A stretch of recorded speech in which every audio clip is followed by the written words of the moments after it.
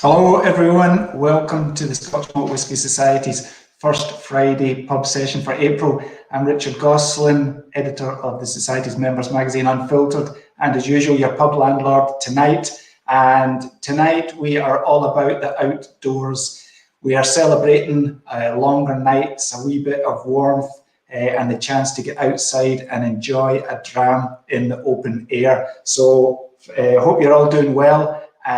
Thanks for tuning in from wherever you are. We just kicked off there with some wonderful music from Duncan Chisholm, a master fiddler from Scotland. He has been keeping spirits high throughout lockdown with a series of recordings from around the Highlands called A Tune with a View, and he's given us permission to play these tonight, so thank you very much to Duncan. That one was from Loch Ewe, and if my Gaelic pronunciation is anything to go by, it was called Shetan ap Cheney, and that means the jewels of the ocean, apparently. So much more to come from Duncan. We're also going to be catching up with Kim Grant. She's an outdoors writer and author of the Wild Guide Scotland publication.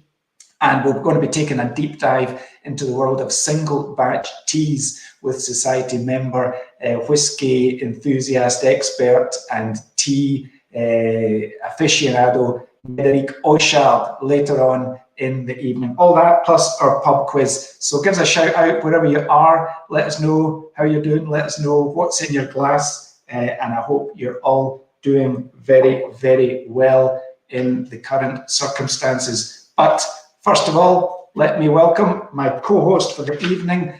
It's the one and the only SMWS ambassador, Olaf Meyer, who is always great to have Olaf joining us in the pub session. Olaf, how are you doing on this Sunday evening? I'm well, Richard. Thank you. Thanks for having me again. I'm always looking forward to the pub session. That's the only pub I visit these days. So I'm really looking forward to this pub evening. And thanks as well, Richard, for giving me the opportunity of actually reliving the memories of a wonderful Speyside Way walk, because when you called me and sort of said, would you mind writing an article? I wasn't quite sure, and I thought, well, I'll give it a go. And it was wonderful because all those memories came back walking that way, because I walked the Speyside Way twice so far, the whole way, but I did so many sections of it so often. I know the place inside out because we had lots and lots of family holidays there. And I wonder why in the region of Speyside in Ballindalloch, where all the distilleries are. And as my daughter coined the phrase, she said, not another distillery pubs, because that's what it was. It was just one after the other. The first full walk I did in October 2003, so that's a while ago. But the second one, and that's what Richard is just showing here, that's from July 2019, where I went with two Swiss members and my friend Julian as well from the Society, three very, very good friends. And we did the Speyside Way together. And by the way, Julian as well, he's written a great article in the same Unfiltered about 10 walks with 10 different distilleries involved. I've done probably about 8 of those, more or less. And I can tell you, when we get loose, just use the opportunity and just get out. And I think I've seen today that Glengoyne is the first distillery opening up again anytime soon, and that's actually one of the walks as well within that. So as I say, Richard, I'm glad to be here, and hopefully we're going to have a lovely evening. I'm sure we are, Olaf, and I can thoroughly recommend Olaf's piece about the Speyside Way for anyone who's been missing the chance to get outdoors. It's a brilliant read, and Olaf takes us right through the heart of Speyside whisky country. He's stopping in at Tamdhu on the way for a tour with Sandy McIntyre, really bringing it to life, and it's been beautifully laid out with lots of great pictures as well from the trip. So definitely, New Unfiltered is online today, so absolutely, for everyone who's craving a bit of outdoors action, then check out Olaf's trip along the Speyside Way. It is fantastic. So we're going to be talking about all things outdoors, Olaf, but we're going to intersperse things with music throughout the course of the evening from Duncan Chisholm. So before we go any further, let's hear another tune from Duncan, and this is from Applecross, and it's called Ali Mcleod of Applecross. Here's Duncan again.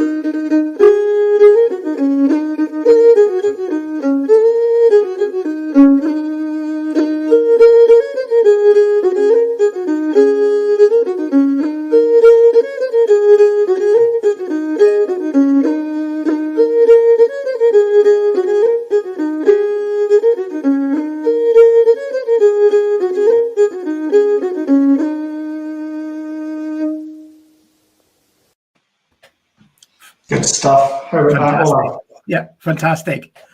I just saw a note from Mike Wilkinson there. He's a photographer who's worked with Unfiltered for many years, and he's asking, why walk Speyside when you can cycle it? And he's reminding me of when I was younger and fitter, and we did a story in one of the early issues of Unfiltered where I took it on myself to cycle around as many distilleries in Speyside in one day as possible. And Mike very patiently trailed along behind me, taking pictures.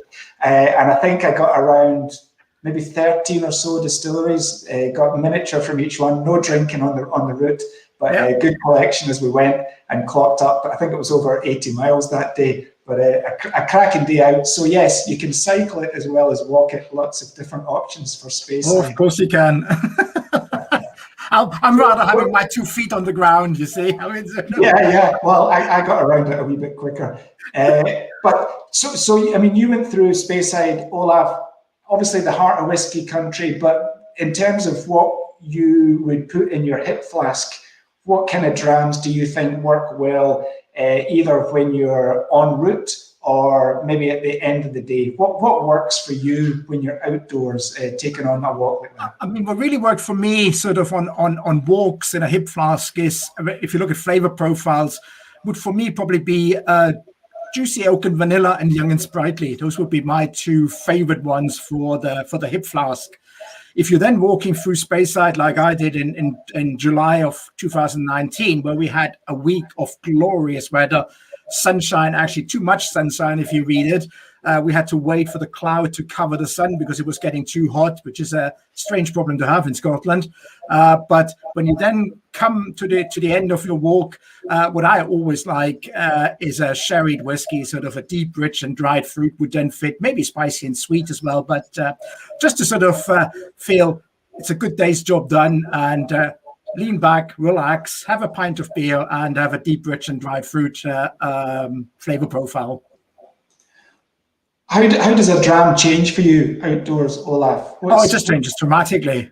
It changes dramatically. I mean, sort of, in particular, when you got a dram, because I'm such a geek as well, very often I've got a dram from the place or the distillery or near the distillery where I am. And it's just a different thing, you know, if you all of a sudden sit there somewhere and you look at the distillery and you're just drinking that whiskey, it is just a completely different way. And in particular, when you're walking for an hour, 2 hours or something, and then you just have a rest and just get your hip flask out, it's just a different experience than sitting at home, you know, sort of leisurely on your sofa and having a dram. Yeah, and you know, it's like, as you say, when you've made a connection with a distillery, you've been past it, or you've located it even in your head, even if you've not set foot inside it, you know, it gives you that connection, which for the rest of your life, I suppose, whenever you have one of those whiskies, you're back there in the moment. It's not just the smells, but it's that connection that you made with it. And Richard, as well, if you're lucky enough, like me, having visited lots of distilleries and knowing lots of people in the distilleries, it's also the relationship with the people, which is this wonderful thing. You actually know the people who made the whiskey, sort of. And again, that's what it's all about. It's about the people, the landscape. That makes whiskey for me. Absolutely.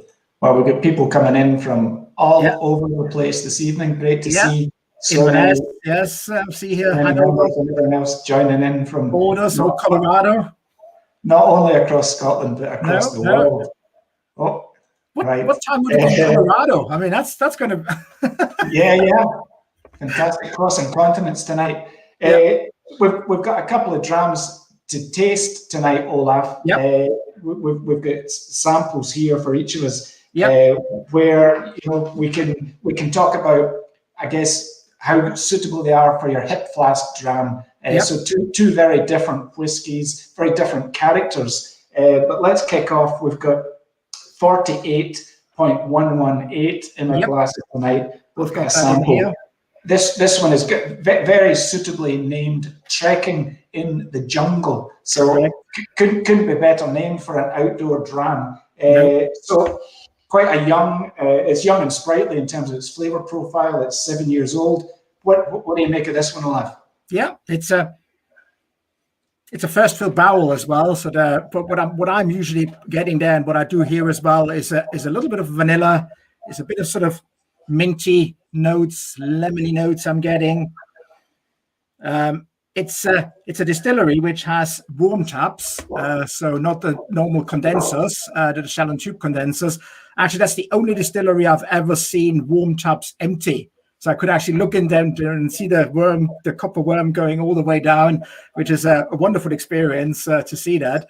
Because I said, again, on one of my holidays with the family, I phoned them up and sort of said, can I visit you at any time over the next 2 weeks? Because I was there for 2 weeks. They said, come today.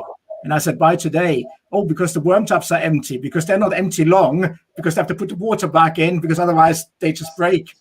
So there I was on my way to the distillery, beautiful distillery, known mainly these days for its gin. So there is a visitor center now. There wasn't a visitor center when I was there, but it's mainly for the gin. But they're doing cracking good whiskies as well. Yeah, I'd say it's one of those distilleries which is a bit of an unsung hero, and that's a topic we've covered recently in Unfiltered, where it's really not about the branding. It's not about a name that is maybe immediately recognizable in terms of the bottlings that you can pick up, but that does not in any way detract from the quality of whiskey. When you get it, especially a single cask bottling like this, it's really sensational.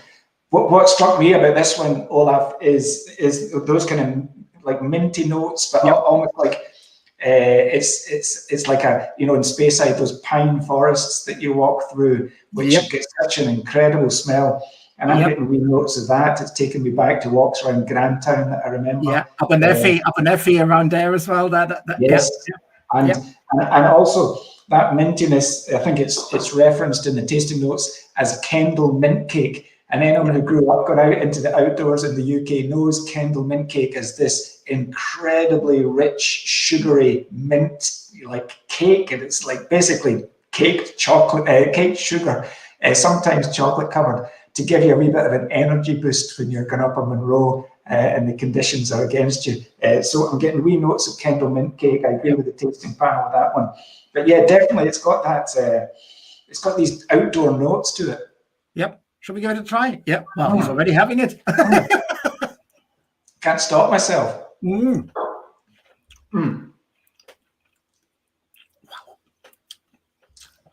Very herbal for me. Yes. What I always use, always a thing like Ricola, those herbal bonbons from Switzerland, sort of with different flavors, lemon or whatever, honey, and that's sort of, for me, that reminds me of that. And having my Swiss friends with me as well on the Speyside Way, obviously, they wouldn't go out the house without Ricola, sort of those bonbons. So that's what it reminds me of. But it's certainly got, It didn't have that heat on the nose, but it certainly's got that heat on the palate. I mean, it is 60.6% ABV. So, yes, I think it can do with a drop of water for me. I mean, on the palate, not so necessarily on the nose. I agree. And I think that's one of the things I would say about getting a dram in your hip flask.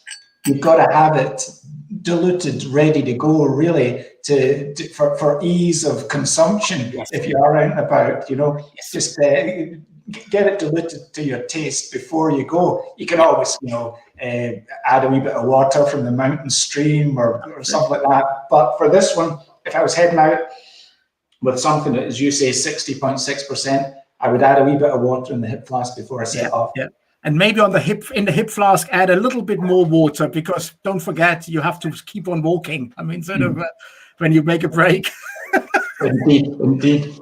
But no, that's sensational, and definitely transporting me straight away. So we've got a second dram, Olaf, which is a very different kind of beast altogether. Yep.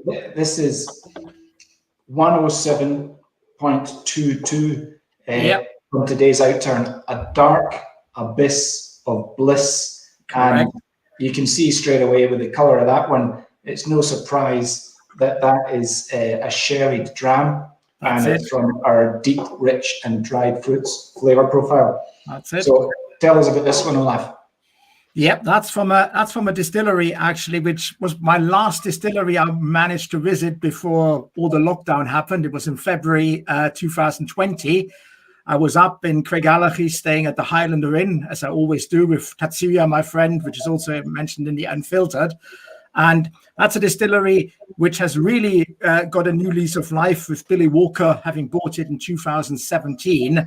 And he's doing lots and lots of casks experiments as well. I've had casks which I didn't even know existed in those days. I mean, I'd like Chinkapin oak or something. I had to look it up, first of all, what it is.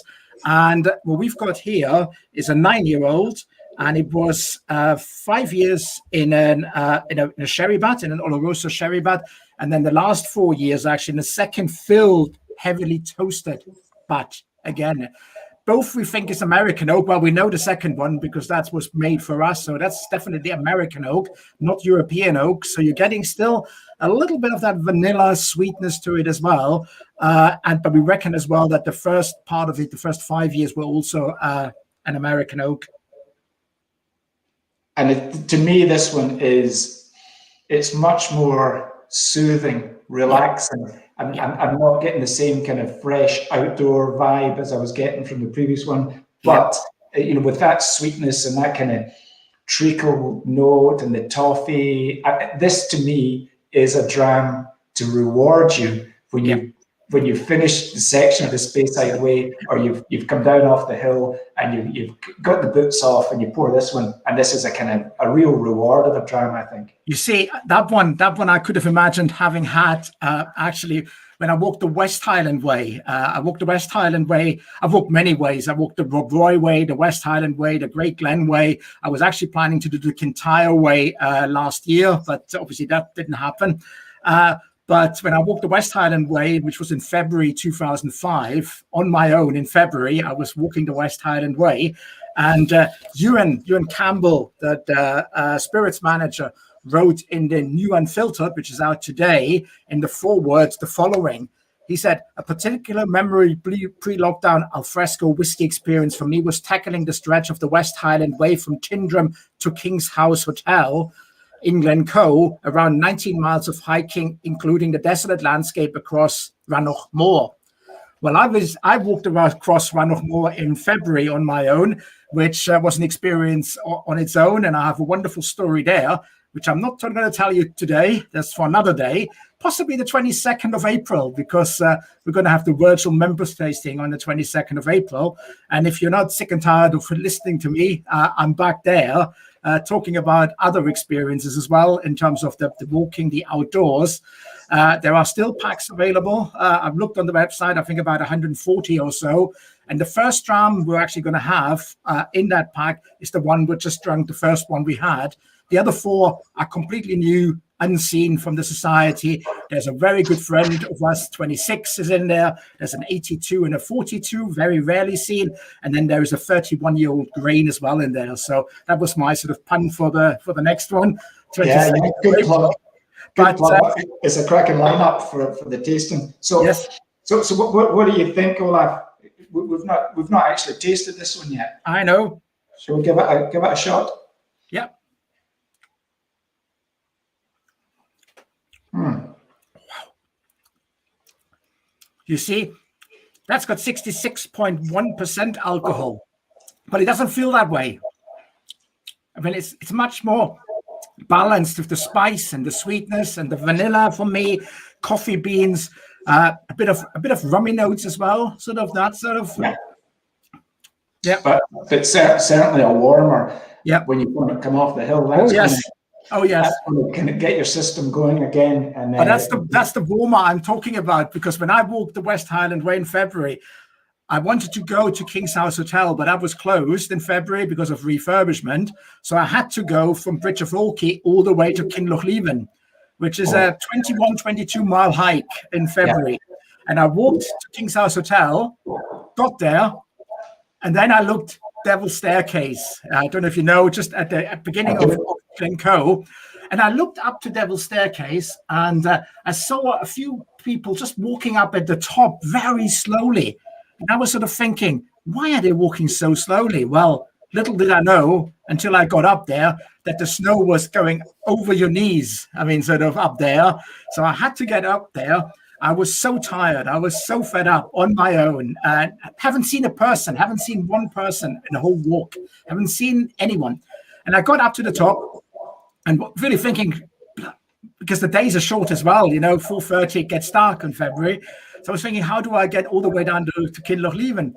And I was thinking, that's a mistake, Olaf. And I got up there, and what happened was, as soon as I was at the top of Devil's Staircase, there was an elderly couple sitting there, sort of having their napkins out and sort of seeing me coming up. And they said to me, "Oh, hello, would you like a cup of tea?"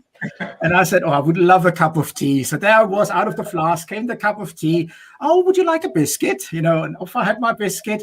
So we chatted away, sort of my life came back to me in a way. So then I got my whiskey out, or the hip flask out, and I sort of said, "Oh, I'll have a little whiskey. Do you like whiskey?" And they said, "Oh, we love whiskey." I said, "Oh, do you?" Right? Oh, they came somewhere from North England. And I said, "Oh, yes, because I'm working for the Scotch Malt Whisky Society." And they said, "Oh, we're members of the Scotch Malt Whisky Society." I mean, that was so unbelievable. So there I was sharing out the whiskey. "Would you like another cup of tea?" So off I had another cup of tea. And then with a spring in my step, it was easy to get to Kinlochbervie. I mean, it was just at the right time, at the right moment. You got those two people. I haven't seen anyone either until I got to Kinlochbervie, which is another great story.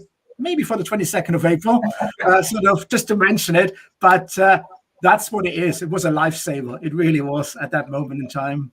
Fantastic. Good stuff. Well, you've got plenty of stories for tonight and for the tasting. So no problem there. For me also, Olaf, I mean, again, it's 66.1% ABV. This one for me definitely needs a splash of water. Yes, it does. It does. And if I was putting in a hip flask, I would definitely dilute this one down appropriately before I headed out, just to take that little bit of burn off it. Yep. And make it ready to go. You see, I mean, Manuka honey is mentioned as well, so it's got the sweetness, but it's not really sweet, sort of. It's got that sort of, and also I always have to laugh when I see Black Forest Gatto in the tasting note. I can give you one advice, as I'm a German living from Stuttgart, which is at the door of the Black Forest, and my father was in the baking trade. Whenever you see Black Forest Gatto in a tasting note, you can be rest assured I wasn't on the panel. Because it's nothing like what you know. Because I hardly ever get Black Forest Gatto in comparison to everybody else. So it wasn't me on that panel, but nevertheless, it's a stunning whiskey. Stunning whiskey. So those are a couple of really nice examples. But I think the point is with whiskey is that the outdoor experience can certainly heighten your appreciation of the dram, and that's something we asked quite a few of our own SMWS staff and some ambassadors, and that's also in today's Unfiltered, about different outdoor activities that they enjoy doing and what kind of drams they enjoy as part of that experience. And we've had everyone doing things from gentle walking to rowing, swimming in Loch Lomond, to one former colleague who, believe it or not, used to do the kind of, what do you call it when you throw yourself off a cliff, base jumping? You have the kind of wingsuit. Yes. And so he's contributed his story as well. That's Joe McGurr, former colleague at SMWS. So lots of different examples, but the point is, whatever you're into, take whiskey into the outdoors and bring it to life in a different environment, and it just gives you a whole different experience. Just one thing, Richard, one warning. If you do base jumping, probably have it once you're back on the ground, Yeah, you don't want to be under the influence when you're about to throw yourself off a cliff. That is for sure. Good stuff. Right, Olaf, we're going to drink a wee bit more whiskey later on when we catch up with Médéric, but let's get a wee bit more music from Duncan Chisholm. This is from his trip to a place called Glen Affric, and it's from Loch Ben Avian, and it's called The Faroe Grandchild. So here's Duncan again.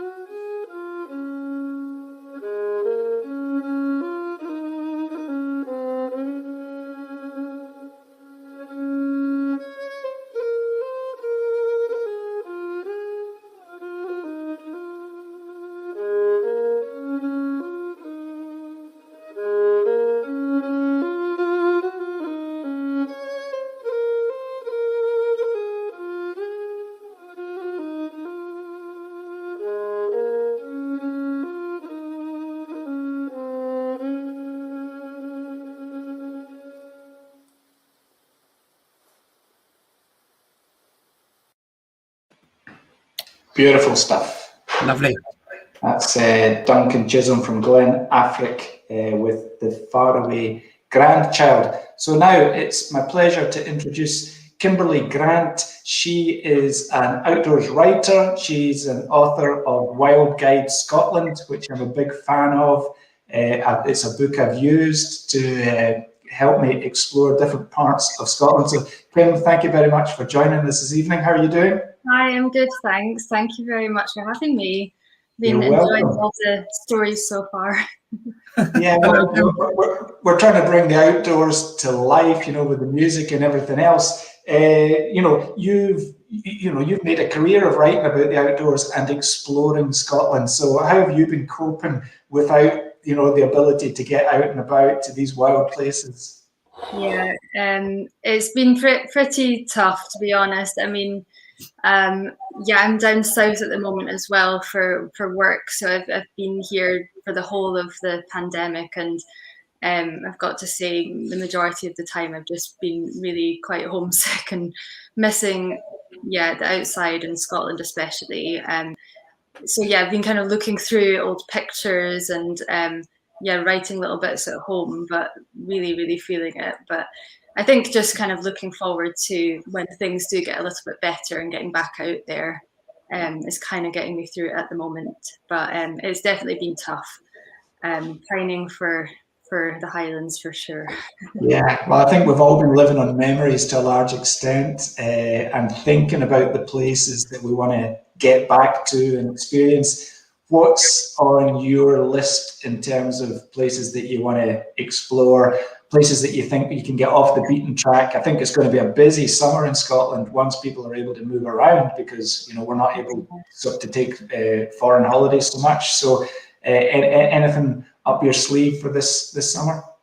Yeah, well, I think for me anyway, I'm really looking forward to revisiting some of the favourites. And whilst we were working on our book, we were lucky enough to kind of travel and stay at a few of those kind of quieter places that are a bit more off the beaten path. So some places on the islands, like I don't know if we'll be able to get there this summer or not, but I would love to go back to the Outer Hebrides again and stay at some of the places on the coast that we visited before.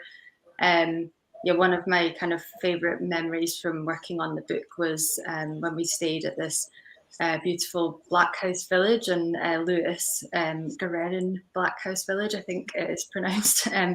But yeah, just amazing kind of restored little thatched black houses sort of built around this bay, and the bay was kind of really quiet, and we went for a swim and then met up with other people that were staying in the hostel, because one of the little black houses has been turned into a hostel along with some self-catering houses.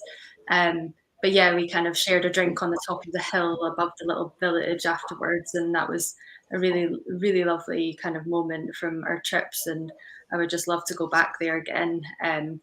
Most of my kind of favorite memories kind of are out on those islands. I just think something so atmospheric about them, and no matter what weather you get, I think just really memorable. So yeah, looking forward to getting back there whenever I can. But as well as that, kind of just some old favourites. Kind of Perthshire is one of my favourite parts of the country. My grandparents live there and go up there quite often. So even just getting back up there in autumn time, and the same with kind of Glen Affric, and getting out, seeing all those colours again. Can't wait. Really can't wait. And a wee Dram for the journey as well? Yes, definitely. Yeah, I think I'm definitely not an expert like the both of you, but whiskey's definitely been a big part of some of our trips when we're working on the book. And I think, some of it might be a bit of a cliche, but obviously around the campfire and kind of settling into bothies in the night time. And it's just one of those things that kind of brings people together. And even though I might not carry some myself half the time, because not half because I don't want to carry too much stuff in my bags, but when we do roll up to one of these places, you can kind of be sure someone's got a bottle and they're handing it round, and it's just a lovely way to kind of get to know other people, and likewise that kind of warmth it gives you after doing something like going swimming outside, or even just sitting outside when you're camping in the evening. It's just that amazing kind of warmth, and it's lovely. Yeah, it's like Olaf already alluded to, that sense that whiskey can bring people together in any circumstances. But certainly, as you say, when you're around a fire, and I think we've all had those experiences when you're out somewhere in the wilds. One of my favourite memories is up at Achmelvich Beach on a beautiful summer evening with a bottle of whiskey by the fire. And when you've got a fire going, it immediately brings people together anyway. And then with a bottle of whiskey on the go, that's a guaranteed good night right there. So you've got to go supplied. Yeah, I think just as well, kind of having the fire, all these things, but not having those other distractions, and just you're only focusing on. You're pretty much everyone, even if you're sitting with a group of people, you can be sure everyone's just staring, watching the fire anyway. They're not looking anywhere else. And I think it's just really simple and kind of yeah, so relaxing to just kind of have those moments and meet new people that way. Yeah, So, really, but you've written a piece for Unfiltered as well, and you kind of allude to that sense of getting into the hills to explore the source of some of the source of the water that makes the whiskey, and getting into that landscape, and it really kind of helps you to appreciate where our drink comes from. These landscapes and the resources that go into the drink as well. yeah, I mean, there's few things that have such a strong connection to place and the land, and even for someone like me who doesn't drink loads of whiskey, but I definitely enjoy it on occasion. And even when I drink it, it immediately transports you to that kind of the area that distillery is in, and you're thinking of all of the landscape there and the peat or the smells of smoke, and yeah, the water is coming from the kind of springs in the hillside. So yeah, it's definitely it's got that effect, I think. And I remember one time I was in Japan doing a artist residency, and even though it was all the way out there and kind of we stumbled across this tiny bar, which was full of Scotch whiskies. As soon as we had a sip, I just was thinking about home in the Highlands, and yeah, all of the kind of the landscapes there, and yeah, it's quite a unique thing. I don't think there's many things like that, actually. Yeah, a real taste of home wherever you are in the world. Yeah. So you're working on an updated edition of the book, is that right, Kim? Yeah, that's right. Yeah, so we've been working on it for a few months now, just updating our existing chapters. There's about 26 at the moment, and they cover all of the Highlands and Islands. But yeah, for next spring we'll be yeah, releasing a new edition, which will also have a few new chapters covering southern Scotland and the Central Belt. So those were the only bits that we didn't really get to last time, but I'm really looking forward to kind of exploring Dumfries and Galloway a bit more and the Scottish borders, but even some places around the Central Belt.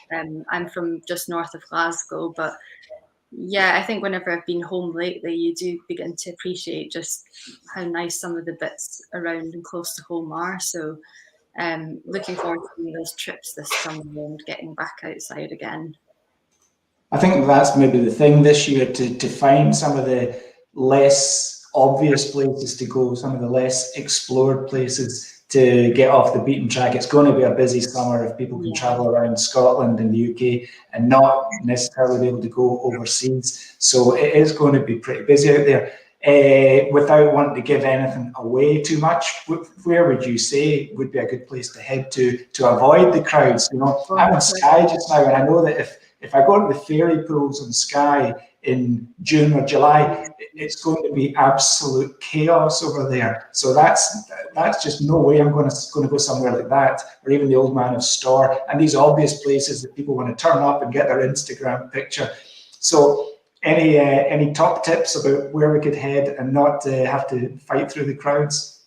Yeah, it's a good question, and yeah, something we think about a lot actually when kind of planning our trips, or even kind of what to include in the book. And there's a whole debate over, do you even mention bothies in there or not, because they're almost kind of sacred places and you don't want to, yeah, I think already they're so popular, but do you want to be kind of sending even more people to these places? But I think for me that, yeah, a lot of the islands, I mean, sometimes can be a bit quieter. You've obviously got very popular ones like Skye and Mull, but yeah, my boyfriend's from Shetland, and I mean, it's such a beautiful island, and it's also really big.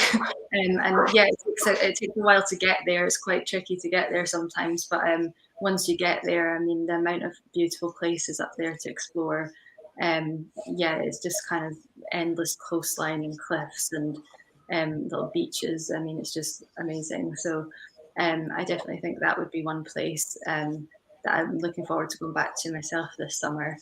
But yeah, as well as that, I think just there's lots of places kind of on your doorstep that I think even myself I kind of took for granted before. Just I live close to the Campsies near Glasgow, and they weren't as spectacular as obviously the hills and the mountains further north. But actually, when you kind of get out and start walking, yeah, they're often very, very nice as well. And you can find lovely little lochs and things to go swimming in around them. And it means you get to stay local if you are based kind of somewhere like Glasgow. So yeah, I think there's great places all over the country. But for me, it's definitely going back to some of those islands. Yeah, around Perthshire and yeah, actually just going back home as well. Very good. All right, great advice, Kim, and we look forward to the updated edition.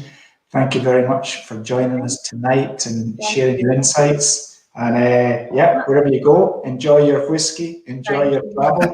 I will do. Cheers, Okay. thank you. All the best. Bye-bye. Okay. Bye-bye. Cheers, Kim. Great stuff. Get some tips there, Olaf. Yes, yeah. Well, as you say, I think I will probably let the rush go and sort of go in October, November time when everyone thinks sort of south of the border and in the rest of the world that Scotland is just rainy and misty and foggy, which obviously is not true, because as Kim alluded to, the Indian summers, as they call it in America, I mean, can be spectacular, and all the different colors and everything. So I think I'll be on the move then, and sort of and wait for the midges to disappear as well. That's correct. Well, let's have some more music. We're going to head to Wester Ross now with Duncan Chisholm. He has a tune called "If Only a Little," written by Brian Finnegan, and this is from a place called Melon Udrigel, which I think is just a brilliant name in Wester Ross. Looking across to the mountains of Coigach and Assynt, you can see Sullivan on a good day from Melon Udrigel. So here's Duncan with "If Only a Little."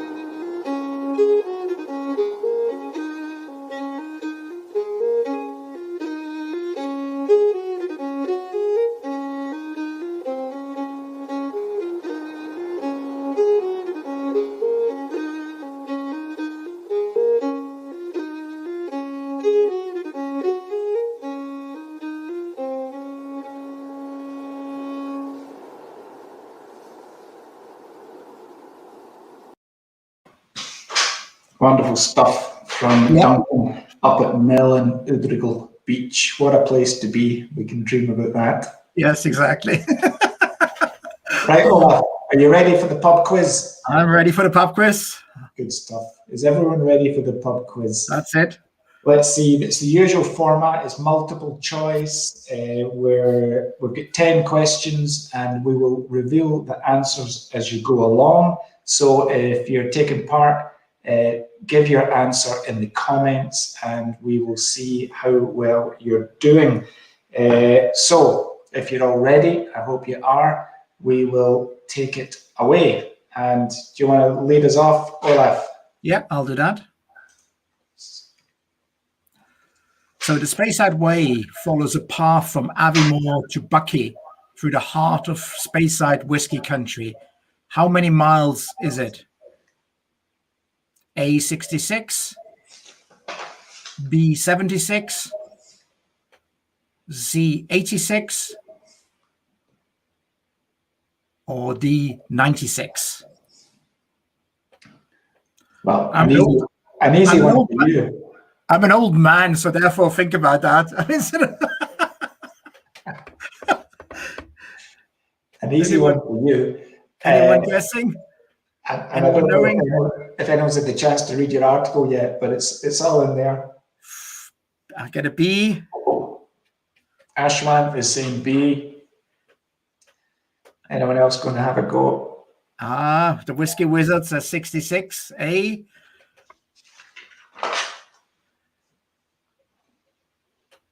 Is the question too easy or too difficult, Richard?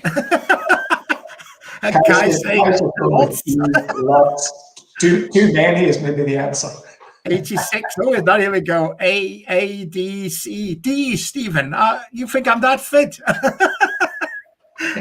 A, C, D, because I come from Hanover. Yeah, it's a bit more than that then.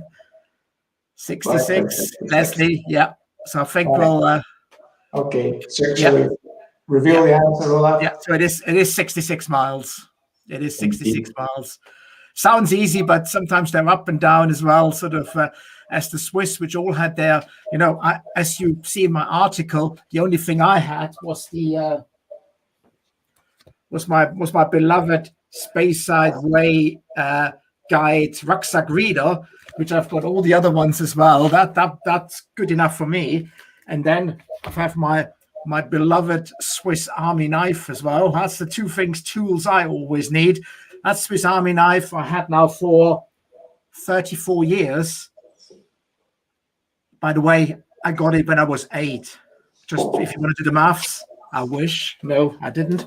So, no, but they had all these things, how many miles is it when you go uphill and all this sort of stuff and here and there. So, but no, it is 66 miles.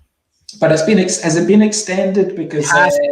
down to Newton Moor because yes. Well, you did it from Aviemore up to the coast at Buckie, right? But if you do it the other way, then you can start or finish at Newton Moor and add a few more miles on, right? Actually, Richard, yeah, most the guides, including this one, actually recommends you start at Buckie and make your way to Aviemore or Newton Moor now. I just find it's so much nicer to go with the flow of the river. And then I actually always end up in Spey Bay because it's just the obvious one, because that's where the river, the Spey, then goes into the ocean, which is a lovely place. And if you're lucky, you're going to see some dolphins as well. They're bottlenose dolphins. So it's for me, it's the right way. I mean, but as I say, most guides tell you to do it the other way around. And Mark's asking, what about the loops? Because the loops are fantastic. Add-ons that you can do. That's the 2 spurs which you can do, which is basically Crag and Moor, just what you see on the picture here. That's where Ballindalloch is, and from Ballindalloch you can head over the hills to Glenlivet and then over the hill again to Tomintoul. That's one spur, which is a fantastic spur. I've done that a few times. And then the other, it's quite a strenuous spur. The other spur is a really nice, easy walking, which is from Craigellachie. You can walk all the way to the whiskey capital of the world, as it calls itself, Duffton, and that's a really beautiful walk along the river as well. And it's great. I mean, and then obviously you've got all the distilleries there to explore.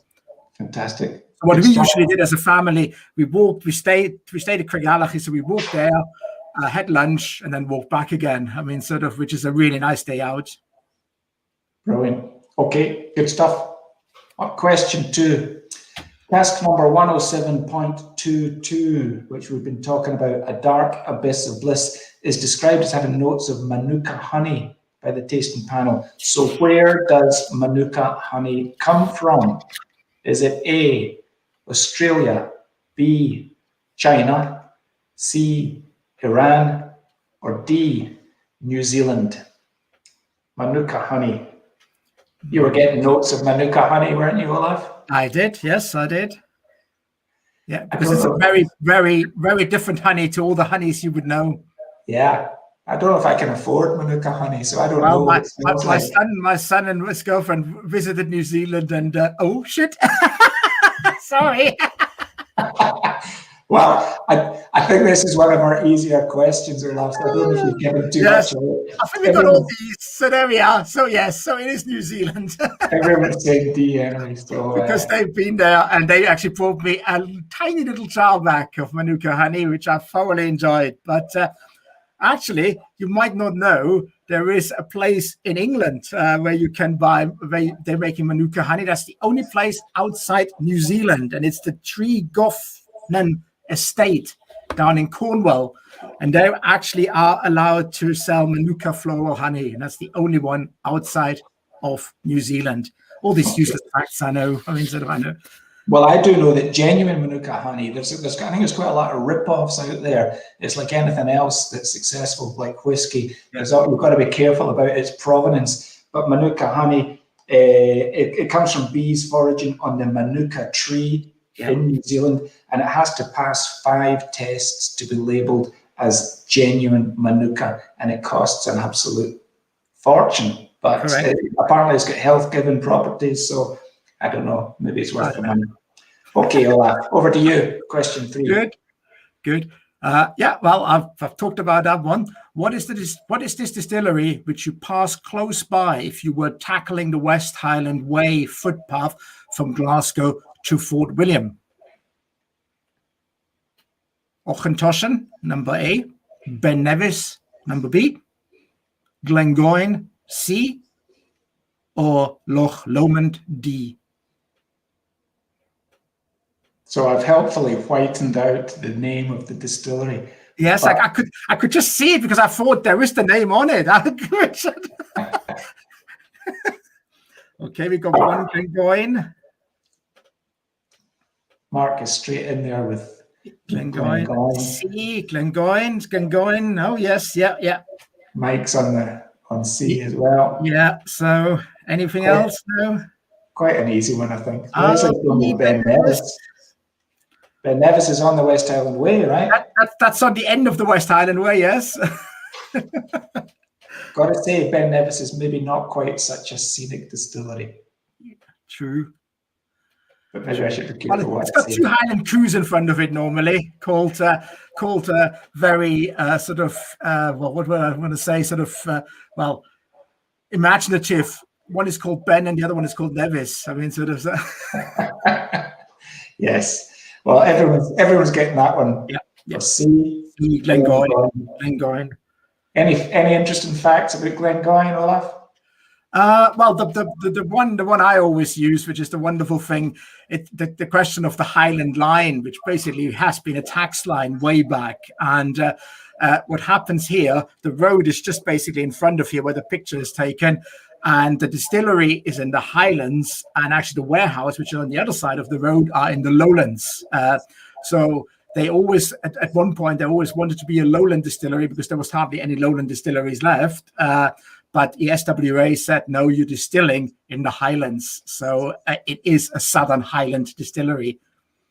Yeah, by a matter of meters, really, isn't it? Yes, exactly. Yeah. Very good. Okay, question 4. Rosebank Distillery, known as the King of the Lowlands, is being brought back to life by Ian Mcleod Distillers. What year did Rosebank close?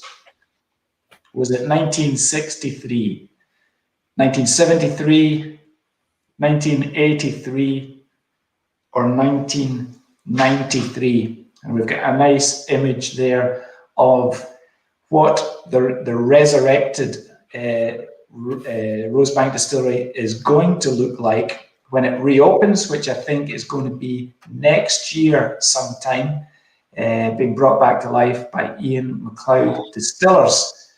So let's see what people are saying. Chesterville is going from 93. Frank's in 83. 73. 73. Stephen 93. No, Stephen 73, 83. Oh God, it's everything really, isn't it? Except for 63. No one's going for 63. I should point out that Kai Avalo has gone for 93. Yep. Let's see if Kai's right. Fascinating. Okay. 93. Let's reveal the answer. Yep. It is 83. That's when the distillery was mothballed by UDV, which is now Diageo, and the site was sold to British Waterways in 2002. Since then, it has been derelict and was in very, very poor condition until it was bought up by Ian Mcleod Distillers, and they've seen a new future for this distillery, thankfully, just in the outskirts of Falkirk.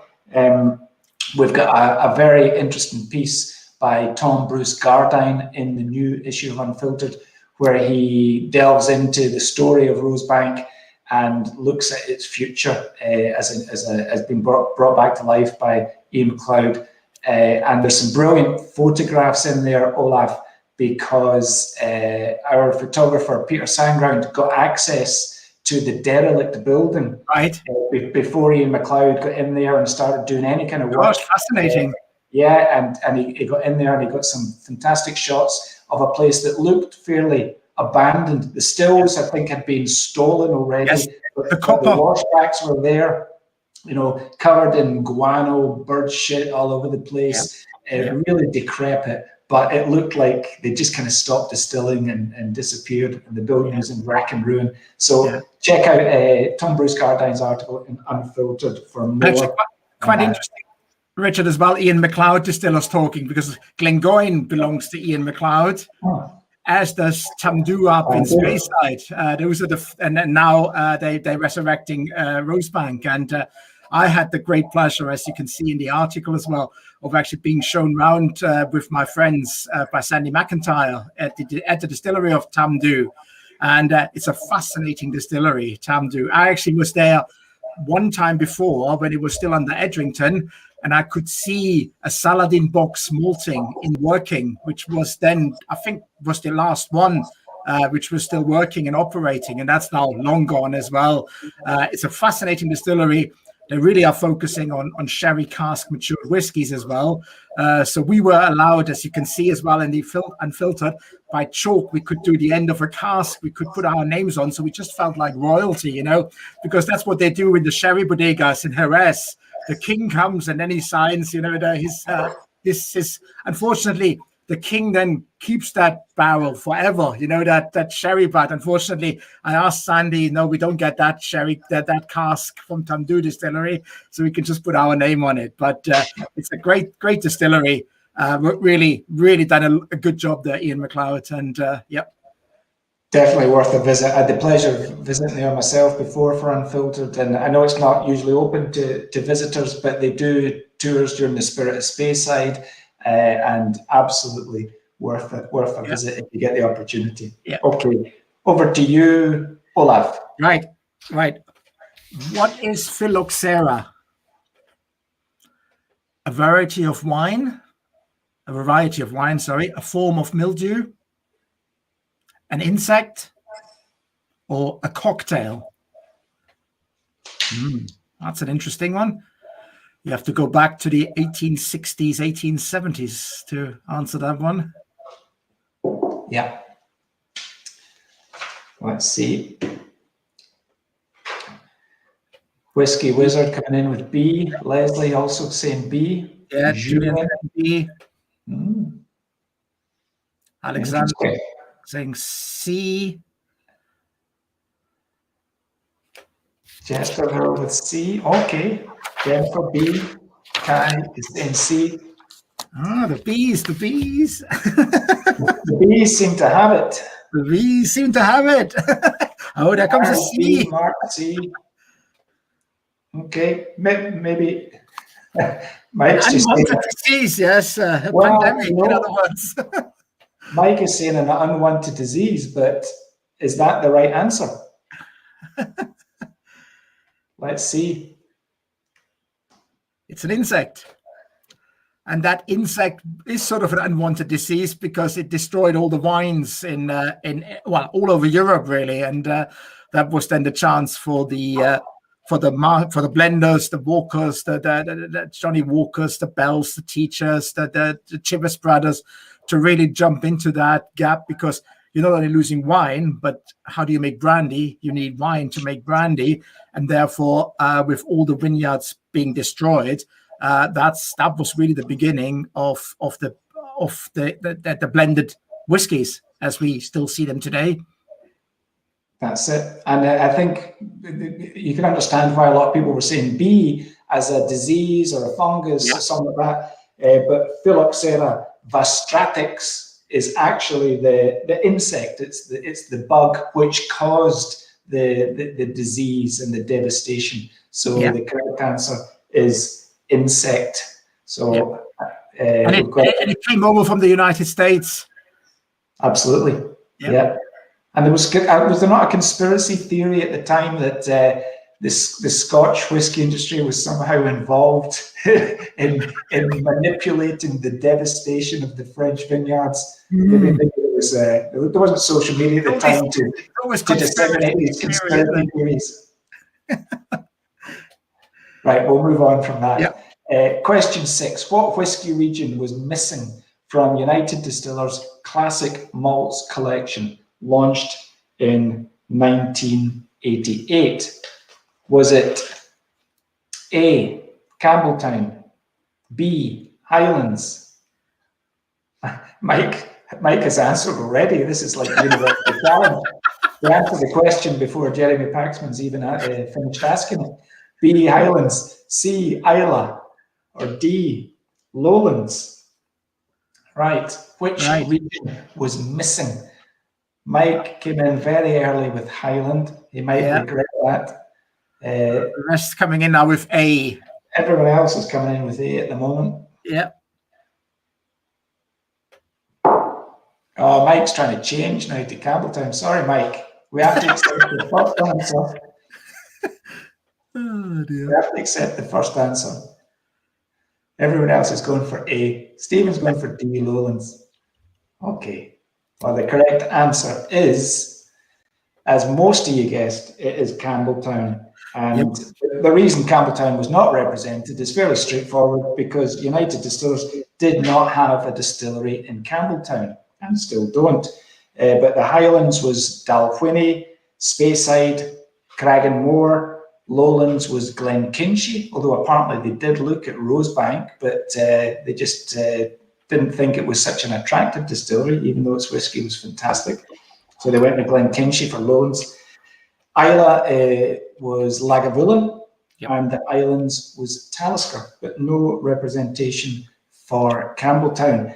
And I put this question in to basically plug another really good article in Unfiltered. Most of this pub session is about plugging Unfiltered, but Ian Russell has written a piece about the whisky regions of Scotland, trying to kind of get to the nub of the matter of how the regions came about in the first place, what they mean, and looking at some of the kind of strange quirks of the regional identification of distilleries. So well worth a read, Ian Russell's piece on whisky regions in Unfiltered.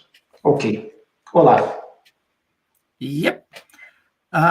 Again, name this distillery. Is it A, Ben Nevis, B, Blair Athol, C, Deanston, or D, Tobermory? Now, I'd say there's quite a good clue in the picture here. I think I've never seen it like this in my life. What, with blue sky behind it? Yes, exactly. Is it not supposed to be the wettest place in UK or something? Yeah. That would not surprise me at all. Yeah. Yeah. Right. Well, we've got a mix. We've got a few. Well, the A coming in. A mainly. Hubert is saying D. Yeah. But mostly A's here. A's, yes. Yep. Yeah. So, yeah. I think it's a bit of a giveaway with something like that in the background. Yeah, so it is Ben Nevis. Ben Nevis. And we missed the 2 Highland coups there, a little bit further to the right. Ben and Nevis. Ben and Nevis. Any facts about Ben Nevis you can share with us, Olaf? I mean, it was a very large distillery, and the Japanese bought it quite early on, because they had that rule that basically it only needs a little bit of Japanese whiskey in a Japanese whiskey, and you can have Scotch whiskey in it. So Ben Nevis was one. So was which one? Inverness, help me. Glenard? No, just south of Inverness. Oh, it doesn't come to me now. Sorry, it comes to me in a second. So they were buying those distilleries quite early on, and therefore shipping it in bulk over to Japan to basically make Japanese whiskey, which I believe is no longer possible now. I mean, I think the laws have changed there as well in Japan now, so it has to be Japanese whiskey. Yeah, I think 75% is the figure that I read of the output from Ben Nevis, which ended up being shipped to Japan to go into the bottles to be called Japanese whiskey. But as you say, there's legislation in place. I don't think it's actually been enacted yet, but I think 2024 Japanese whiskey will have to be distilled in Japan, all of it, to be called Japanese whiskey. So going to be a bit of a change at Ben Nevis. Mike and Mark, thanks very much. It is Tomatin. Yes, Tomatin. That's the distillery. There you go. Which didn't come to my mind, which is just south of Inverness. And Mark tells us the boardroom of Ben Nevis was used as Burt Lancaster's office in Local Hero. There you go. I didn't know that, Mark. Because I'm a big fan of Local Hero. I didn't know that. I need to go back and watch it again. Thanks for that. Right.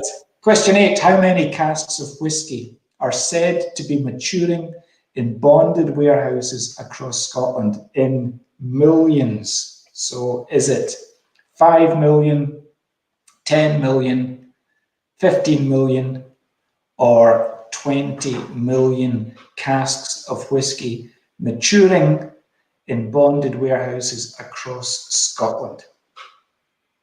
Would you have got this one, Olaf, you think? Yes, I did. If anyone ever gone to my tasting, that's a number which I always bring out. Yeah. Okay. So, Whiskey Wizard straight on with D. Amy's also saying D.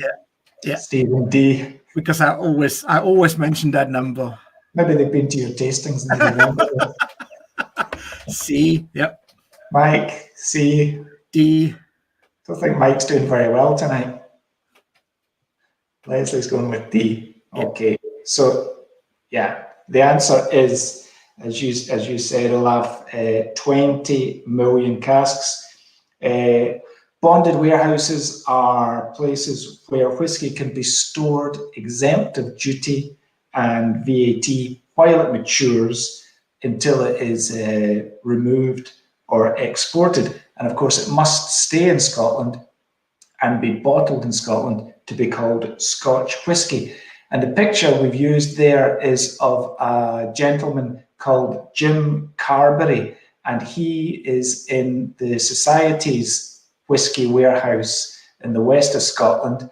And Jim is a gentleman of the industry who has spent his entire life looking after whisky as a cask custodian, as a warehouse man. And we've got a feature in Unfiltered again to talk to Jim and find out more about his story about looking after casks, the life of a bonded warehouse man. And it's a great read. And Jim, I think, is one of these guys who I would call an unsung hero of the whiskey world because he's done a phenomenal job. And he just told me he's retired. I think next week is his last week. So we just got the story from Jim in time. But he's an absolute gent. And there's some brilliant pictures of Jim in the Society warehouse in the new issue of Unfiltered. So I urge you all to check it out and find out more about Jim and the world of bonded warehouses. There we go. Right, Olaf, over to you. Right. Because also, Richard, I was just saying, I always use that number because I always say it's 5 million Scots and 20 million casks. I like that statistic. That's a healthy statistic. It's a good ratio. Yes, it is. Very good. So where is this distillery? Crikey. Okay. Tricky one. That's a tricky one, yes. I like to challenge people. Is it A, Edward? Is it B, Glenallachie? Is it C, Speyburn? Or is it D, Loch Ranza? That is a tricky one. Well, I probably would get the answer by eliminating the ones which I know it's not, but I wouldn't have recognized it. Well, this picture comes from a feature from Unfiltered in 2016. All right. And in Unfiltered, we always like to kind of take a different angle and show a different perspective on things. Yeah. And even when it comes to the photography, we like to kind of get a different look and show things that people haven't seen necessarily before. No. So this is a good example of that. Because Richard, I was a bondholder of that distillery, which is number D, which most people say here, which is Loch Ranza on the Isle of Arran. I was a bondholder right at the beginning because those were the days when you couldn't say, I want to open a distillery. Can I have 5 million? And the next day you had 10 million. No, they actually had to search for money because the banks wouldn't give them money. So I gave them money, £1,000 as a bondholder, and got some whiskey back, which was a good return. But the funny thing was, when I gave them the money, the next week or so, they announced they couldn't start building because there were some eagles nesting up on the mountain. And I thought, there's my money gone down the drain, but no, it's a fantastic distillery. I mean, they've now got a second distillery on the island as well. And we've had so many wonderful whiskies from them in the society as well. Great distillery on the Isle of Arran. Right. Well, we'd better put you out your misery with the answer to this one, which is Loch Ranza. Tricky. So that's just north of the Highland fault line. And, Arran is always known as Scotland in miniature, but that's really because the fault line crosses right through the middle of the island. So it's got this mountainous region on the north of the island and then more rolling countryside on the bottom. So Loch Ranza is a Highland distillery, and the new distillery of Lag in the south of the island is a lowland whiskey, even though they come from the same island and they're owned by the same company. They've got different regional denominations, but Lag is designated as a lowland whiskey. But in terms of its character, it's a very rich, robust, peaty spirit that they're producing down at Lag. So it kind of shows you that these regional classifications, maybe don't mean that much in the modern whiskey world. Yeah.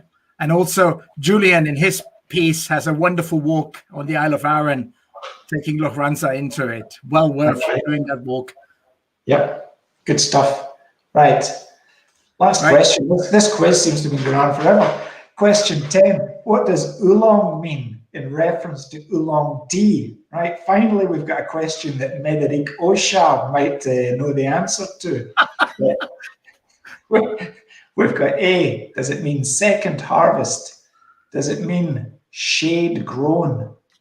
Does it mean black dragon? Or does it mean unoxidized? Right. So we've gone from whiskey and we're about to be joined by Médéric to find out much more about single batch tea. But everyone knows the term oolong. But what does oolong actually mean in terms of tea? So Amy's saying C. Ashwant is straight in there with C. Okay. Andrew D. Did you know your oolong already, Olaf? I wouldn't have known it if we didn't have the discussion with Médéric on Monday. I wouldn't have known. Yeah, C. Mike Leslie says A. Second harvest. Yeah. Yeah, we're veering out of whiskey territory, so quite a tricky one. So the correct answer is Black Dragon, and we're going to find out much more about single batch teas from Mederic in a moment. Right, so well done everyone for taking part in the quiz. Top up your answers and let us know how you got on. Quite a tricky one maybe, but thanks for taking part. Right, we'll have a wee bit of music, I think, Olaf, before we join Mederic. We're going to go back to Duncan Chisholm, and this is a tune that he recorded at a place called the Plodda Falls, which is near Tomich on the west side of Loch Ness, south of Inverness. And this tune is an Irish tune by Donach Hennessy. It's called Inyon Ní Scianlin. Here we go.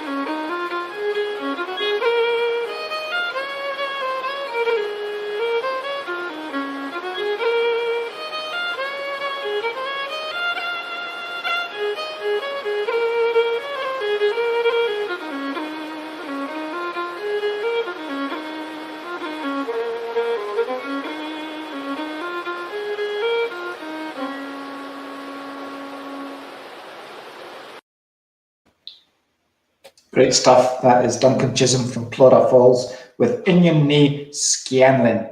Lovely to see the waterfall in the background. A 50-metre waterfall where the Alt na Bodachin Falls plummet down near Tomich. So definitely one for the bucket list, I think.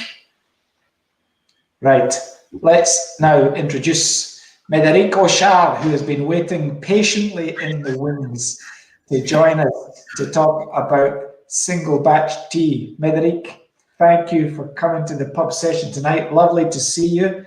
How did you get on in that pub quiz? Yeah, okay. I was okay. You were glad for that Oolong question at the end. Yeah, Black Dragon. Yeah, that's a classic, let's say.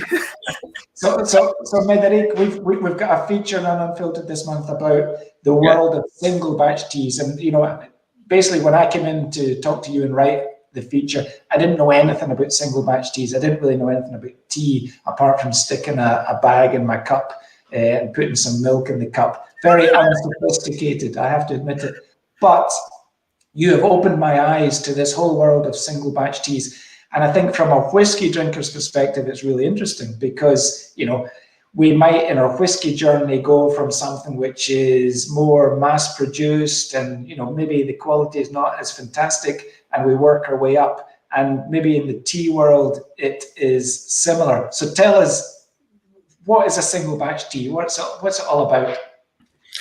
First of all, thank you for having me tonight, and happy Easter to everyone.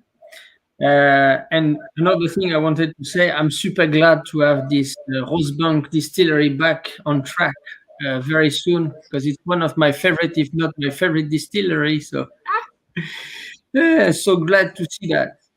When we talk about tea, and especially a single batch tea, we can definitely compare that to the whiskey world, where in the past distilleries used to distill basically, right? And then they used to sell the whiskey for to independent bottlers.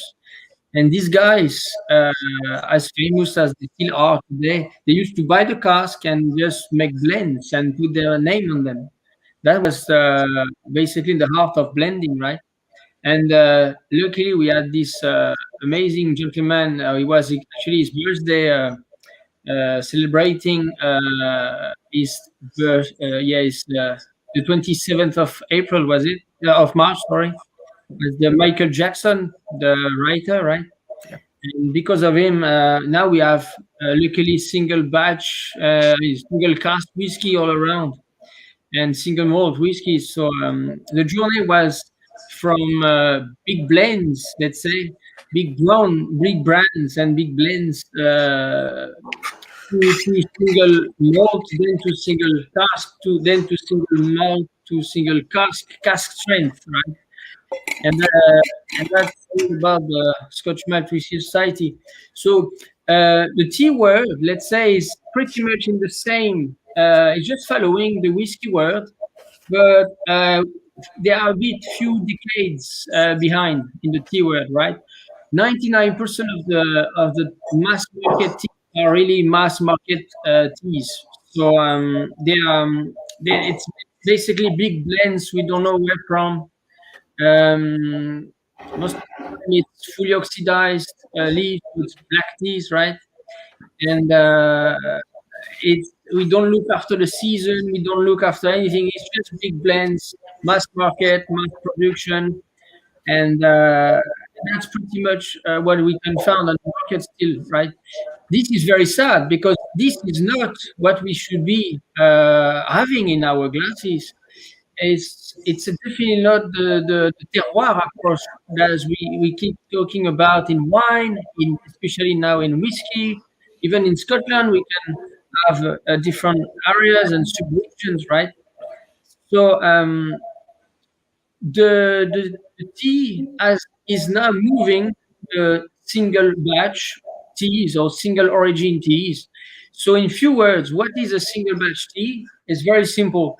It's a tea coming from a single country at the time, a single sub-region at the time, a single garden or state at the time, right? Then we're gonna find the vintage, basically, like a wine, right? The vintage, and then we're gonna also find the season, and even the batch number. So how many kilos that we have been harvesting? How many? Yeah, even the batch number on the bottle. So when we talk about bottle, we talk about that, right? So this is proper single origin, single batch teas. Right? So you have the picture of the garden in on the front label, and then you have all the details on the side, right? So at this stage, it's reminding me independent whiskey bottling. You know, some of the whiskey bottling, especially in Douglas Lake, they even have the season of the distillation. If it's autumn or if it is spring, the water they're going to use, they want the same, and the climate, the atmosphere, and all of that. So when we are at this stage of precision, I think it's where we can start the door of the terroir, right? It's when we talk about the terroir. So it's not just the soil and stuff, but it's also the climate. It's going to be also the elevation. It's going to be also the I'm going to say the human interaction with the product itself at the end. to give a Explain to me, as a beginner in the tea world, what are the differences between these teas? Because you hear about oolong, I don't really know what it means, or green tea, black tea, white tea. What do these terms mean? That's a very good point, actually, because tea is the first drink in the world, right? And it's the most common stuff. But the thing is, we heard about tea, but nobody exactly know or understand what is tea, right? First, when we talk about tea, we talk about the tea plant. And the tea plant is the Camellia sinensis or the Camellia sinensis assamica. That's it. That's the two tea plants that we use to make tea. Anything else out of that, they won't be teas. They will be infusions. We can call them herbal infusion or infusions, basically, right? And then what we're trying to do when we talk about single batch teas, with the plant, we look after the plant. We try to find the best season, the best concentration to get the best leaves. And then when we have been producing the best leaves ever, then you have the choice of 4 types of teas to go to, right? Either you can produce white teas that they're going to be those leaves that we can see on the picture right now. So they are not even leaves, right? They are just baby birds that we do one by one harvest by hand, and then one by one we're going to lie them down and wait for the sun to remove the moisture, and that's going to be called the withering, proper withering, right? And that's it. That's going to be the white tea. Okay, the white teas, we can say an extra thing. They are pretty much close to vintage champagnes. Okay, very young, they are boring, but when you age them, they're going to be smashing everybody's palate, right? Then the tea plant obviously is green, right? So when you harvest those green leaves and remove the moisture, you're going to obtain what we call the green tea. That's it, simple as that. So green tea, drop the leaves in, we harvest those leaves and remove the moisture. Japan is quite a very big country for green tea production. Especially part of their ceremony, if you mill this, if you ground mill that, you're going to have a milled tea. Basically, you're going to have a mat cha. Cha means tea, and milled it's mat. It's grounded, right? So milled tea, mat cha, right? So this is part of the Japanese tea ceremony. And then if those fresh green leaves, a bit like tobacco leaves, right? When they are the tobacco green bright leaves, if we harvest them and then start to oxidize them, they're going to become brown leaves, right? And those brown leaves, we're going to have basically brown tea. How do we make brown tea? We're just going to harvest those green leaves. We're going to roll those leaves, break the veins that you can see in the picture, and then fully oxidize the green leaves. So a black tea will be a brown tea leaf, right? In UK, we call that black tea. In Asia, we're more likely to call that red teas, actually, because the color is more reddish, right? Actually, and that's it. So the black tea, what is it? In a few words, it might be just a fully oxidized green tea. Okay, green leaves, remove the moisture, boom, you have a green tea. Then you fully oxidize the green leaves, you're going to have brown leaves, so it's going to be a black tea. Simple as that. And then in between, you have finally the oolong. And the oolong is going to be the in-betweeners, right? So it's going to be a semi-oxidized tea, a semi-oxidized tea. So the green tea, they are fresh, they are crispy. Okay, the black teas, they are more body, more tannins, right? And the oolong teas, they might be in between. So they might have and offer some freshness from the green leaves and a bit more body or more tannins or more flavors like the black teas, right? So we picked it up tonight because then we're gonna compare that to a whiskey, if I assume. Yeah, and that's Olaf. I mean, Olaf, Médéric, we're whiskey drinkers, so we want to know, how do these single batch teas match up? How do we pair them with whiskies? So we've got a couple of examples tonight with the Kyoto Oolong that you've been talking about, and you've referenced to me that the Oolong tea has maybe kind of oily and coastal notes to it. So it made sense for us to look at an oily and coastal flavor profile. So each of us have got a sample this evening of the 93160, which is from today's outturn. It's called external combustion engine. So oily and coastal flavor profile. 9-year-old. Yeah, Olaf. Richard, that's why I got my T-shirt out. I'd rather be in Campbelltown because that's where it comes from. And if you remember, Richard, that T-shirt didn't come in time for the Campbelltown Festival, the virtual festival last May. So I thought I bought it, so I'll have to bring it out because 93, of course, is a distillery in Campbelltown. And it's my very good friend Ian McAllister, which was at the virtual tasting in Campbelltown as well, at the Campbelltown Festival. You finally got a chance to get the T-shirt out. Exactly. So we've got this oily and coastal dram from Campbelltown, and we've paired that up with a Kyoto Oolong tea. So I guess first of all, Olaf, do you want to tell us about the whiskey, and then Médéric, you can tell us a little bit about the tea. So what have we got in our whiskey glass, Olaf? We've got the 93-160, so the 160th cask from the 93rd distillery. We already said it's oily and coastal. It's 9 years old. It's a first fill bourbon barrel, so first time used. And when you nose it, it's got that. I think the tasting note, it's not my tasting note. I always hate when people provide good tasting notes and it wasn't me. But it's got that mint tainted petrol and coconut oil, and I think it just hits it on the head. It's just wonderful.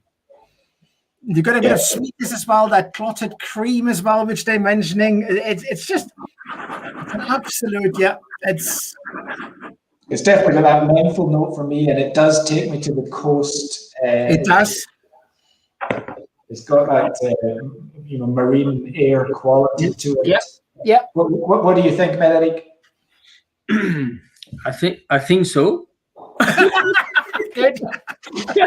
I think it's very so. I'm a big fan of Campbelltown, so again, I wanted to say that too. But thank you, Olaf, earlier for your inputs and sharing your stories. Same with Kim, by the way. I don't know if she's still around, but amazing. It's all about sharing. That's why I was, as a whiskinologist, I've been doing that all my life. It's all about sharing stories about the whiskeys and stuff. And when I was there in what was the name now? In Springbank, and they make the actually I was there. Maybe when they were making this one. Well, it's the other one. It's the other distillery across the bay. In Scotia, but I mean, at the time they were not open again. Yes. So they were still making it in the facilities of Springbank. So, and I just love the style, and the story in the Campbelltown is so huge. It's so amazing. So, right. Actually, for my tasting notes, I've been reading carefully all the notes. I 100% agree with that. It's amazing. But on the top of that, if I may add, I've got a huge characteristics of the proper Sauvignon Blanc from the Loire Valley in the Sancerre area. Yeah. Where is the Sauvignon from? So you need to forget all the Sauvignon that the wine labeled Sauvignon. This guy I'm talking about is the Sancerre, right? The Sancerre. And the DNA of the Sauvignon there is where is the Sauvignon born from, It's the legacy of it. And when you concentrate everything, there is one farmer there named Alphonse Melou, where it's like a huge concentration. If you take his bottle of Sauvignon, and yet you just pour 55% ABV on that. Is exactly tasting exactly the same. There you go. Well, santé. Santé.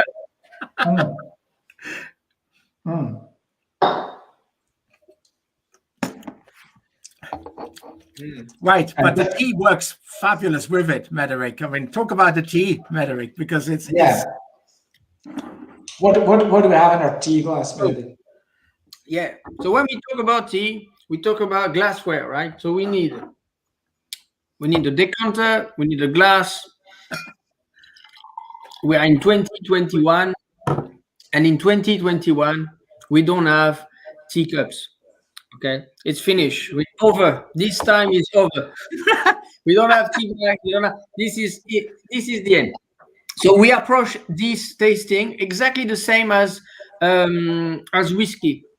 And just to finish my very, very long speech that I started earlier, when you start putting one foot in the single batch tea world, it's exactly like tasting whiskey without the alcohol.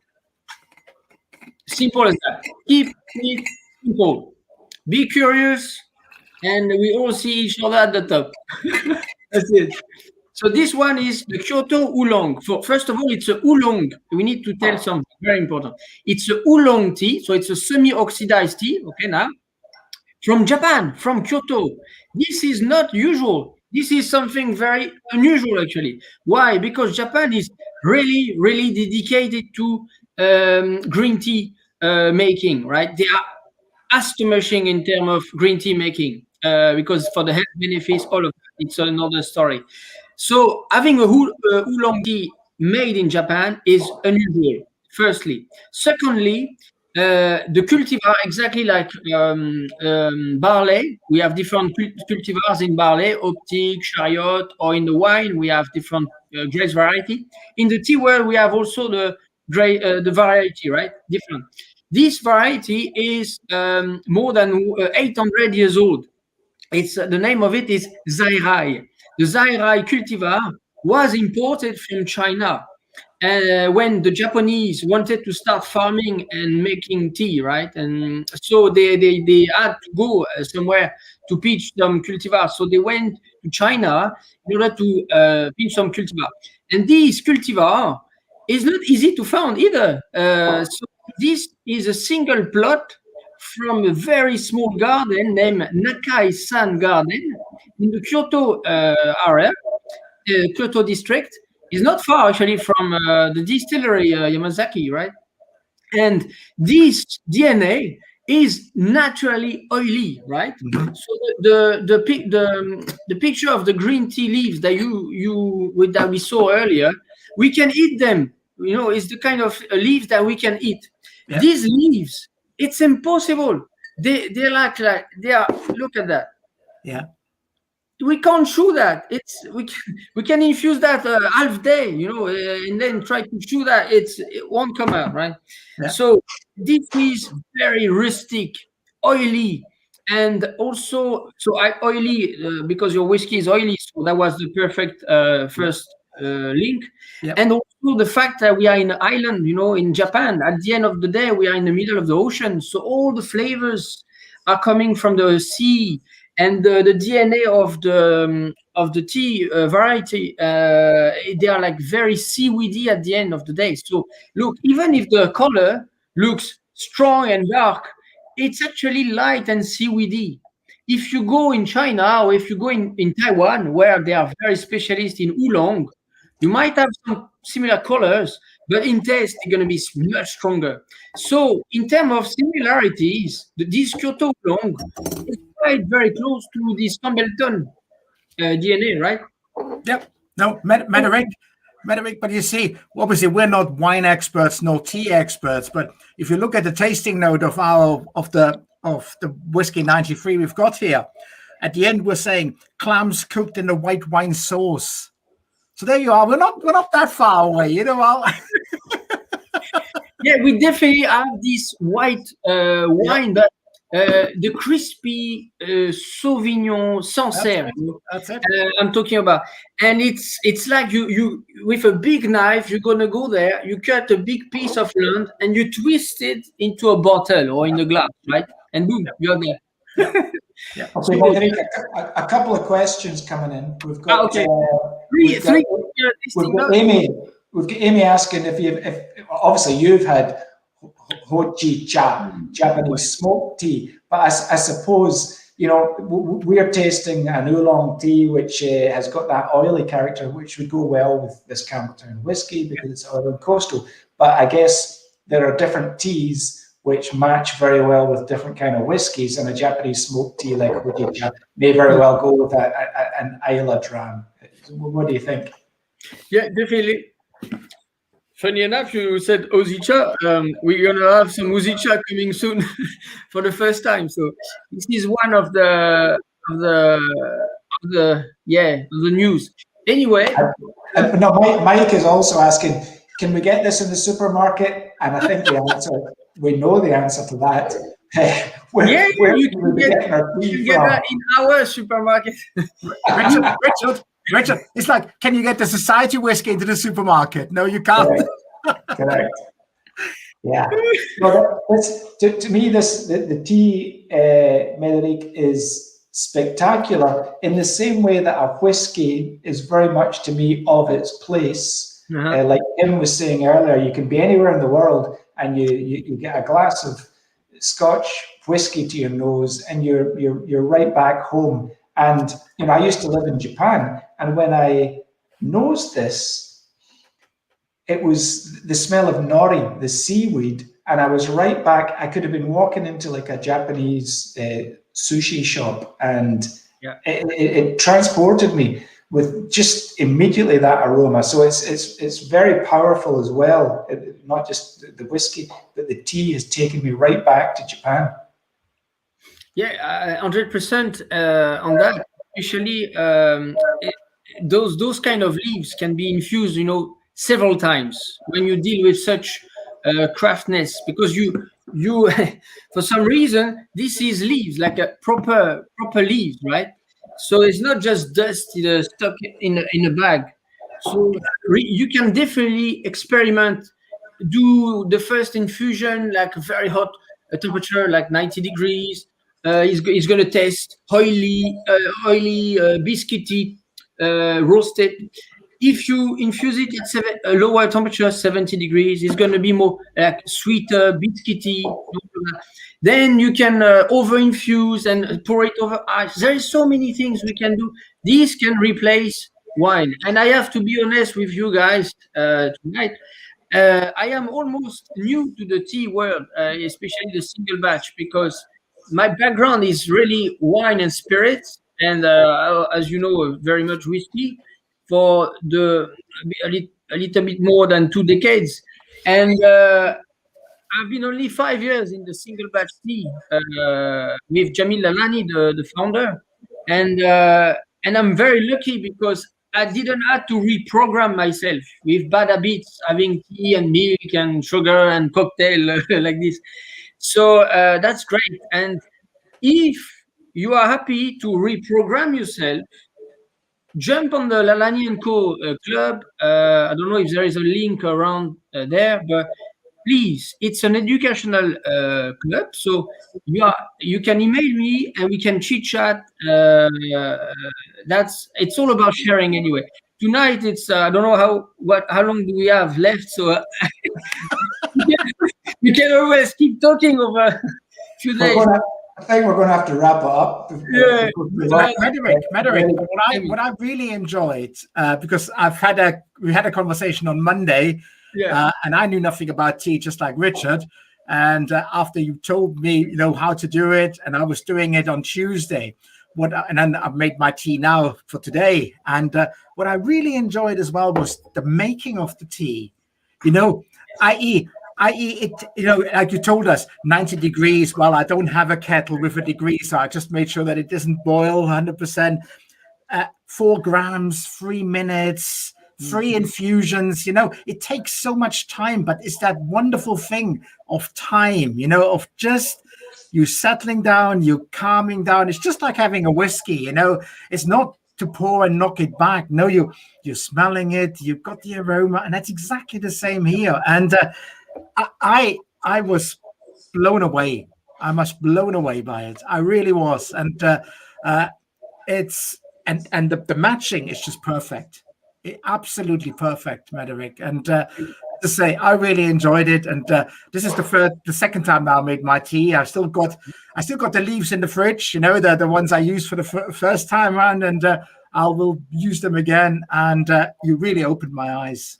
You can definitely do that. After, when you think you are done, you can just top up with just cool water, drop it in the fridge overnight, and the next day you have more. Yeah. Olaf, I have to thank you so much, because what you just said is the most important thing to me. It's in this time, especially in 2021, and it's going to keep going even faster. We live in such a world that we have been reducing time and space so hardly, and now we don't have time. We don't have time for ourselves, right? Yeah. And we don't allow time. And this is very precious, to look after ourselves at the end of the day, right? Yeah. So that's the main point. And as you said, just 3 minutes, it's nothing, right?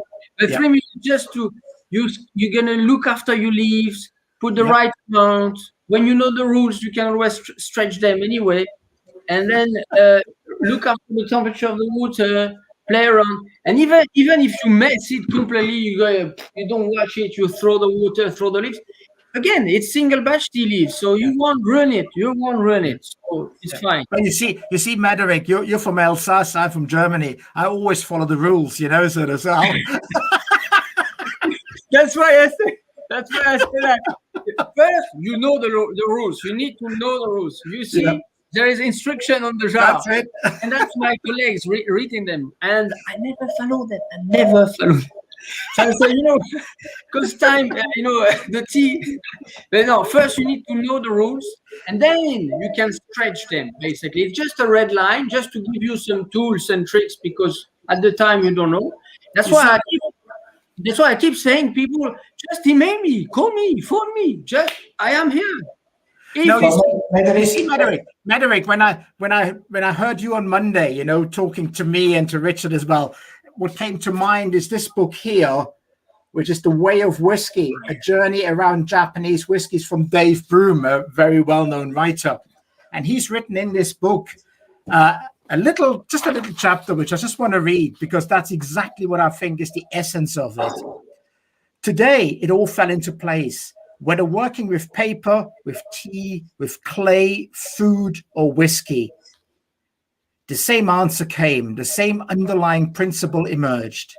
The primacy of the natural material, simplicity, modesty, attention to detail, patience, and striving for improvement, lack of ego, allowing the object to shine, being open to change.